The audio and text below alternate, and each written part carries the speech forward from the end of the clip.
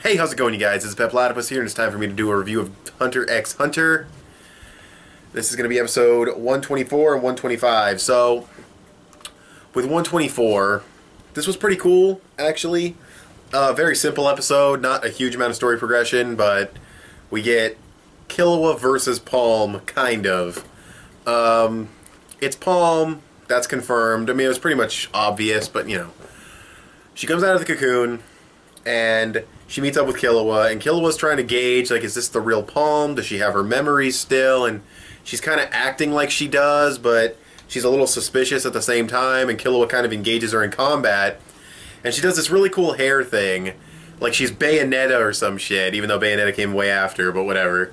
She wraps the hair all around herself, and she has, like, this hat and, like, this dress, and she kind of looked like Killua's mom for a second, just the way she dressed, but, all the hair is wrapped around her, and it's like an armor.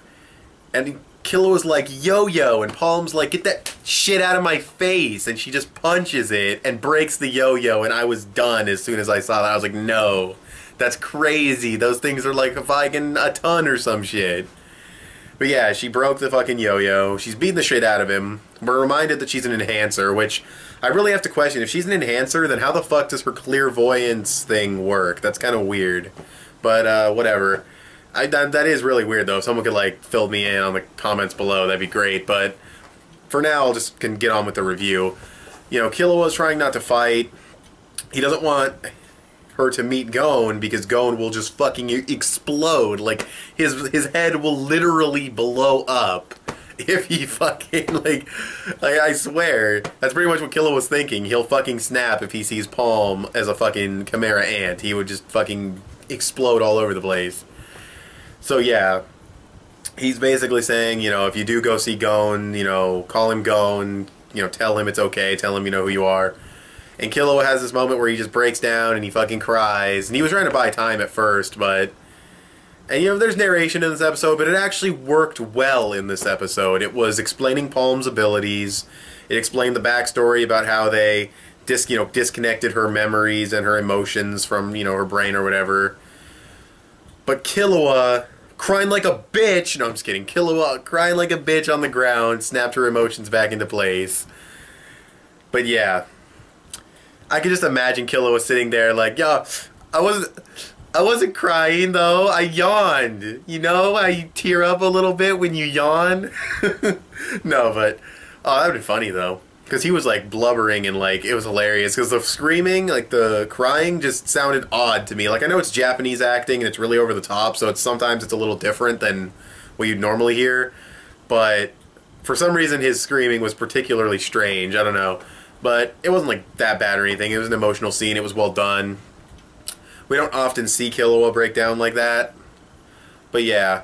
And he's talking about how he can't do anything for Gon, but then Palm snaps back into her emotions. You've got little fucking poof on the shoulder, little devil on the shoulder, telling her what to do, and she's like, yo, bitch. And fucking just breaks him, literally breaks into, like, fucking several pieces.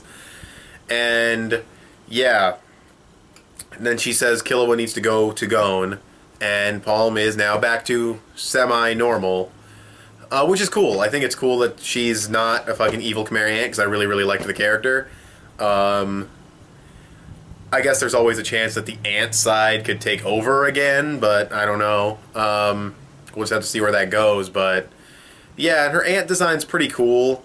So are these things, like, born with clothes? I need to ask this question, because we see, like, cocoons of... We see, like, what's his name? The lion dude and the other dude come out of the cocoons in the flashback. And they're in their clothing, and, like, this is not the same dress she was wearing, or whatever, you know, nightgown or whatever she was wearing when she went into the cocoon. So why the fuck are these things born with clothes? That's weird, but anyway, where was I at? Yeah, I'm pretty summarized the whole episode, so I'm just kind of wrapping things up. Killua wanting to protect Gon the way he was definitely shows, you know, the character. I mean, it's not really that much character development, because we already knew Killua was all aboard the fucking Gon train, no homo. But, well, maybe there is a little bit of homo on Killua's side, I don't know, but, you know. But yeah, so Palm, good guy again, that's awesome. I wonder how she'll react when she sees Nav. That'll be weird. But, yeah, she'll probably be as disappointed as I was when I saw him like that. I don't know. But yeah. it was a good episode. The animation was on point. Or I wouldn't say on point, because on point is what I say when the animation is, like, amazing. Like, dude, like, this is fucking greatness. The animation was really good, though. Killua, you know, showing the emotion and everything, that was really well done. Palm still being on the good side, that's really awesome. The flashback of what they were planning to do with all the soldiers and how it's not going to work, so now Poof is like, well, fuck. I don't need Neferpito anymore, but we're going to build this fucking thing to conquer the world and have, like, a fucking grand castle for me and the king. And it's like, oh, gay! Like, dude, like, seriously, Poof. I could guess that you were gay, bro, but really, you and the king? Oh my god. The king doesn't even like you. I don't think he likes any of the royal guards at this point. But yeah, that was kind of funny just because Poof is fucking Poof, and I hate him. Not because he's gay, but I just hate him because he's fucking pretty boy character that, I don't know, they always suck for some reason, but whatever. Unless it's fucking JoJo. Unless it's JoJo. Fucking pretty boy characters suck. But anyways. I'm going to move on to episode 125. So yeah, like I said, wait, did I even rate this episode yet? I don't even think I did. I thought it was really good, but let's see. Where would I say? I'd say this like an 8 out of 10.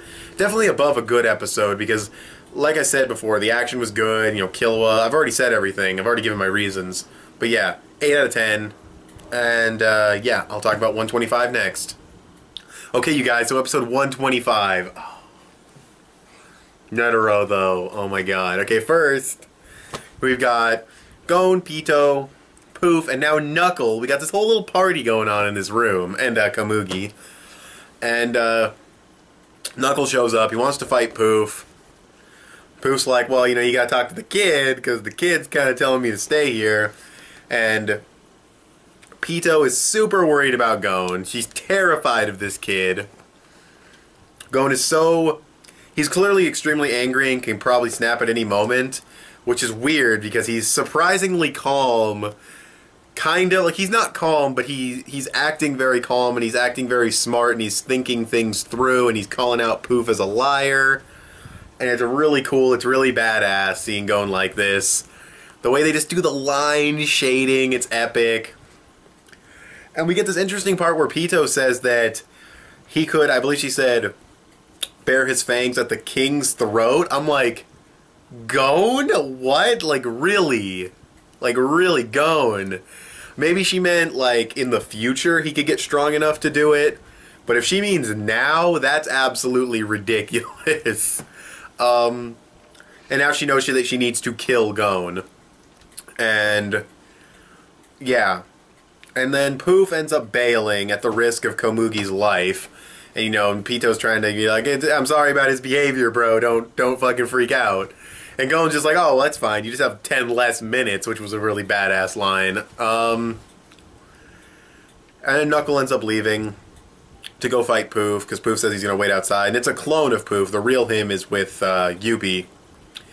And, yeah, and Poof is not exactly trusting Yubi, because he's like, oh, this guy's alive, and Yubi didn't tell me that he was alive, so it's like, what the fuck's going on here? But, yeah. I just have to see where things go, but yeah, it was definitely a really cool part of the episode. Poof made this really weird face. Not the face when he was about to burst, but this other face where he was like looking down and he had like this shading around the lip area. He looked funny. But yeah, there's a lot of cool shading with like Neferpito also when you were seeing the inner thoughts. There was this cool scene where it kind of looked like manga shading, the way the lines were done. That was cool. But yeah, the whole scene was pretty cool. Killua was not there yet. If he is going there, I think he would be. Then we cut over to the King and Netero. We had like this mid-episode recap, which was really dumb. I don't know, that was really weird. That wasted like a minute and a half on like what we saw in the other episode. And I mean, usually if it's like at the beginning, I'm like, okay, it's just the recap. But this is like in the middle of the episode, so that was really weird. But they engage in more combat. Netero uses the 99th hand, which is like all the fucking hands, and they just start pounding the shit out of the ground. This fucking rapid punch, classic shonen technique. Reminded me of, well, it especially reminds me of JoJo, because it's kind of like a, you know, a big giant thing, and he's not the one actually doing the punching, but it's like a stand. But But yeah, it pounds the ground in, and there's like this tomb underground, which I was like, what the fuck? I guess it's like a tomb, I don't know. But they both go down there, and he's like, it's a tomb. Your tomb. And the fucking king is just chilling there. And he doesn't look too damaged, but then he uses another hand. And you see him do the movements in its slow motion. And before this rock hits the ground, he does the whole thing. And then this just the greatest bitch slap you'll ever see in your life. The animation was so on point. It was incredible. This fucking, it was grinding against the ground. You see the sparks and the angle when the king flips and slams through the pillars. It was fucking beautifully animated. That was amazing. I knocked over a can. Anyway, good thing it was empty. Yeah. Beautiful animation. I'm really hyped for this fight. 126 was an episode that I heard I should do a live reaction for. I definitely plan to, because if it's going to be this fight, then this is going to be fucking pretty badass. But, yeah, hopefully they can keep that level of animation going for the fight. Maybe not, because weekly anime kind of have to, you know, do stuff with their budget to make everything work out. Because that was definitely, that was cut above the rest animation. Like, Hunter x Hunter always has really good animation overall, but that was cut above the rest animation. So I don't know if we'll be getting that in the next episode, but I hope we do. But I won't be disappointed if we don't, because I know how weekly anime have to do their thing. But that was a really cool scene. And then we have Netero doing like this heart thing. That was funny. But, or whatever angle.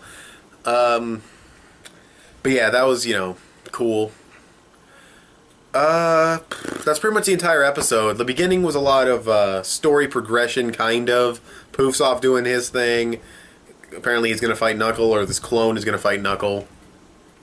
We didn't really see Yuppie and the real Poof doing anything. If it is the real Poof, I'm a little confused on that, but yeah, and Pito is determined to kill Gon. So there was a little bit of progression, more progression than the last episode. Character development, not really.